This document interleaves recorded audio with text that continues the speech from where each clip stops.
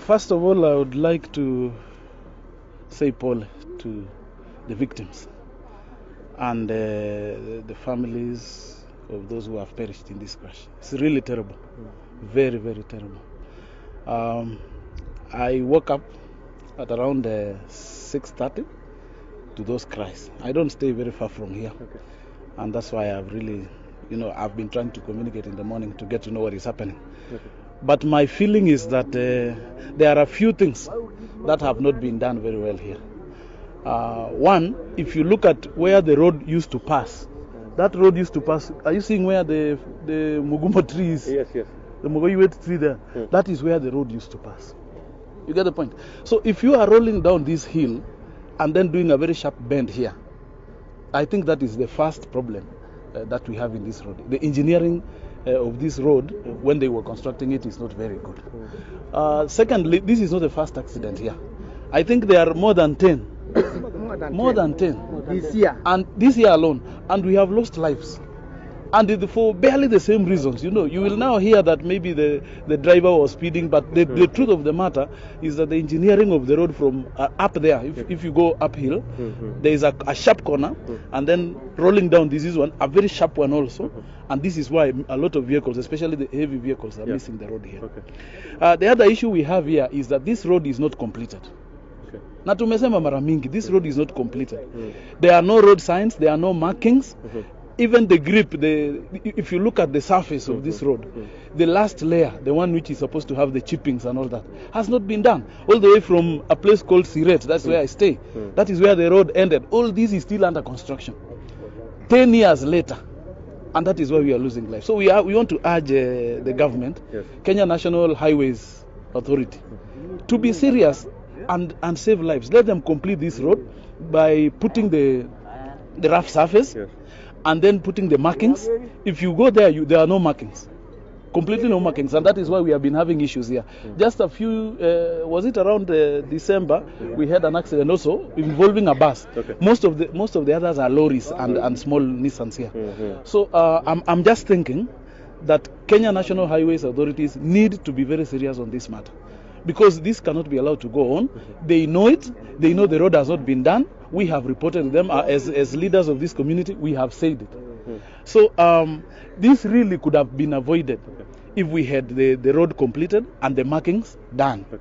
And if the engineering part of it is not well done, then we want to urge the engineers. What are all these engineers doing? They are supposed to come and assess. We see them walking around. Sometimes want to destroy everything which is around, even a tree that is not doing anything on the road. But the main thing they can't do. And that is what is really sad this morning. That we are waking up to 50 lives lost just because of someone sleeping on the job and doing the easy job. Walikuja hapa, wamekata miti, wamekata mahindi, wamekata maragwe, ati kando ya barabara. But they have not completed the road. Which is really their main business. I don't think there was any blocking here. The issue is that the engineering of the road has not been done very well. So I want to urge the authorities to be a bit smart on completing this task. And then the other issue is our drivers also. We want to urge our drivers. We had talked about buses not being allowed to travel very late. This could be a possibility of mtu kulala. Unajua hata mimi ni dereva. Nikisinzia kidogo, just a second, tell me where you will find yourself. You know about the road. So you see, this vehicle could have come all the way from Nairobi. Sasa inafika hapa saa 10 na kitu, mtu akafikiria kidogo, acha nifunge kidogo, hata ujui, because every passenger looks like they were asleep. Hakuna mtu alijaribu kujiokoa hapa. So I think the ban on public transport at night need to be enforced.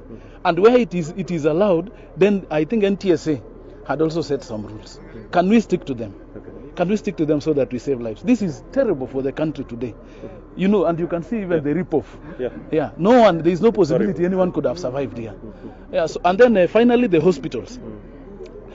Our area, I found you talking to this Mzee. He's a good friend of mine. We do not have hospitals here. There are no hospitals. Even the one he's talking about, they could have done nothing. Labda kupeana panadol ama kupanguza damu. Nothing. They can do nothing. All the way from Londiani, we do not have hospitals. Yeah. So we want to ask the authorities, both county and national. You know, this is a highway. Yep. It is used by all Kenyans. The Kenyans who have perished here are not necessarily from the neighborhood. Yeah. Lakini labda kama hii mahospitali ingekuwa sawa, wangesaidika. So tunataka kuhakikisha kwamba hii mahospitali zetu ziinuliwe na zipatiwe hadhi ile ambayo inafaa. Okay. Na pia madawa na professionalism. Okay. You know, it happened in the morning, my friend. So that is what I want to say. But really, it's a sad day for us. It's a dark day for us. And as a community, we are tired of witnessing shida kama hizi kila siku. Watu wameniambia the horror things they have seen here today. They have never seen. Our people fear blood. And there were blood all over. So please let the government also help our people, okay, so that something can be done, and they could even erect some small rubbles and warn motorists. Okay, about yeah, you know, I went to a place called Nidhi. Nidhi is nearly similar. The only difference is that we don't have a river here. But if you have been to Nidhi, Tarakanidhi, the one which kills people every year. Yes. But now they have done a lot of things there. They put some small rubbles all the way from like 2 or 3 kilometers stretch, and expanded the road, so that now we could have even a turning point for big trucks like these and other buses. So that's our request. Okay, thanks. Thank you very much.